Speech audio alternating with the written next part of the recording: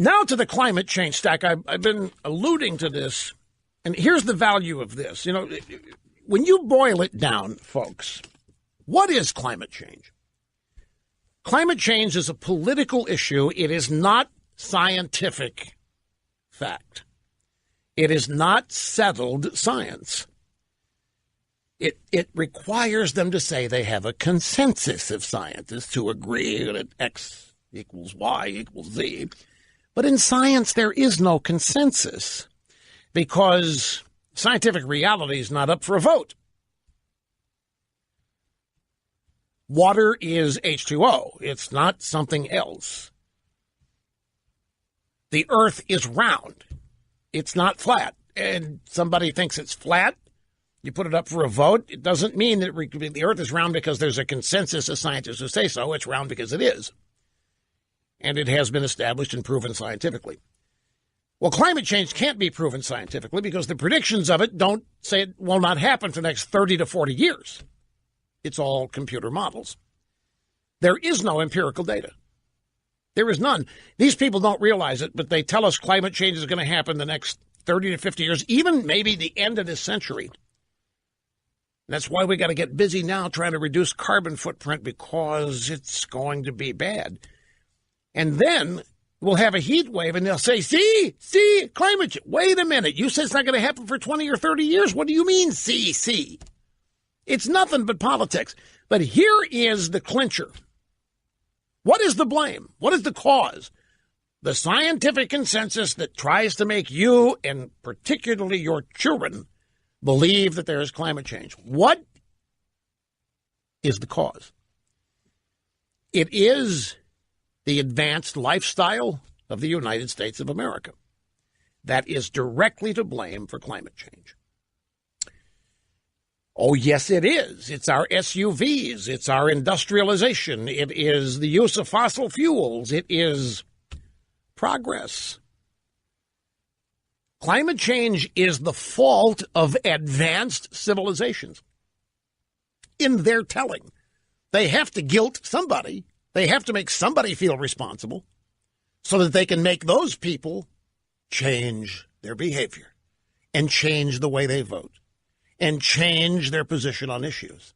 And the climate change crowd wants everybody voting liberal Democrat for expanding, never-ending expanding government, massive tax increases, and restrictions and regulations on private sector businesses, because all of those things are responsible for the destruction of the planet.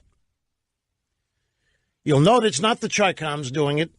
It's not some poor little communist country with pollution out the wazoo. It's us. And they have succeeded in persuading a bunch of skulls full of mush that by the time they are 65, the earth may not be able to support human life, that it will be too hot, and that people's blood will boil.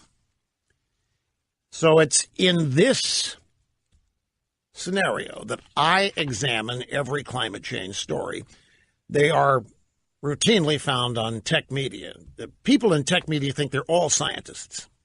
They love science fiction. They love science. They think everything about themselves is scientific. So first up is a story here from old buddy Mark Morano, our old man in Washington of the TV show, now runs a website called Climate Depot. And he publishes the result of a new study that says concern over climate change has been linked to depression, anxiety, restless nights, feelings of loneliness, and lethargy. The hardest hit are women and people with low incomes who worry about the planet's long-term health, said the study published in the Journal of Global Environmental Change. Symptoms of this particular psychological condition include restless nights, feelings of loneliness, and lethargy. Sabrina Helm, the lead author of the paper, professor, family consumer scientist, University of Arizona. Climate change is a persistent global stressor. A U.S. Navy ship is trapped in Montreal until spring due to icy waters. A newly commissioned Navy warship will be wintering in Montreal after its journey to Florida was interrupted by cold and ice. A Navy spokeswoman said the USS Little Rock was commissioned in Buffalo December 16th, expected to make its way to its home port in Mayport, Florida, but instead it's caught in ice since Christmas Eve in Montreal, and it will not thaw sufficiently for this ship to move until May. Mid-March. So which is it? The planet is heating up to the point our blood's going to boil, or how does that coincide with a Navy ship trapped in Montreal until spring due to icy waters? Next story, Scientific American. Cleaning up air pollution may strengthen global warming. Now, wait a minute. At first, they told us pollution was causing global warming. CO2, ozone, pollution caused by evil American corporations that don't care whether they kill people, pollute the rivers, pollute the air. They don't care. Now, cleaning up air pollution may strengthen global warming. How? Pollution in the atmosphere is having an unexpected consequence.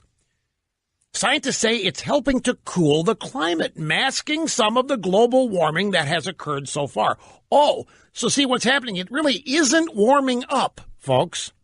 There hadn't been any significant warming in now 17 years. So they have to keep coming up with reasons why their models are wrong. And it turns out now that we are putting too much pollution up there, and it's cooling the planet like volcanic ash does. Prevents the destructive heat from reaching us. And so if we clean up the pollution, if we get rid of the pollution, we can kill ourselves. That's what this story is. The next story is from a tech blog. If we start deliberately cooling the earth, we may not be able to stop. This is a sad story. It's hilarious. It's written by a young tech blogger who obviously buys into every lie and distortion.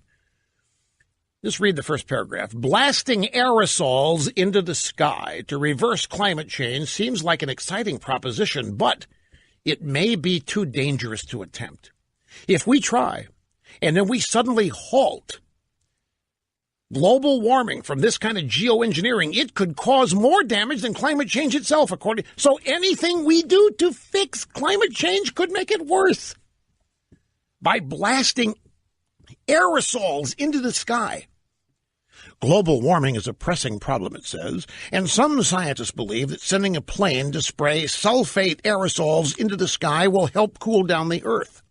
In a study published today in the journal Nature, Ecology, and Evolution, one of my favorite magazines, researchers used models, here we go again with models, to predict what would happen if we sprayed the aerosols for 50 years. You know what would happen? We would cause massive global cooling that we couldn't stop. So yet another brilliant effort, a brilliant plan to stop the warming, spraying aerosols into the atmosphere for 50 years could end up killing us all by freezing us to death. I'm not reading parodies. I'm not reading satire. I'm reading actual news stories written by people who believe all of this. CNN claim that an unmonitored asteroid could slam into Earth during government shutdown is debunked. Did you know that CNN was reporting this? CNN was reporting last week that an unmonitored asteroid could slam into Earth during the government shutdown. But that claim of CNN's was debunked by other scientists. An unmonitored asteroid was going to ram us during the government shut. Why? Because it was mad. The asteroid was livid that we were closing the borders to illegal immigrants.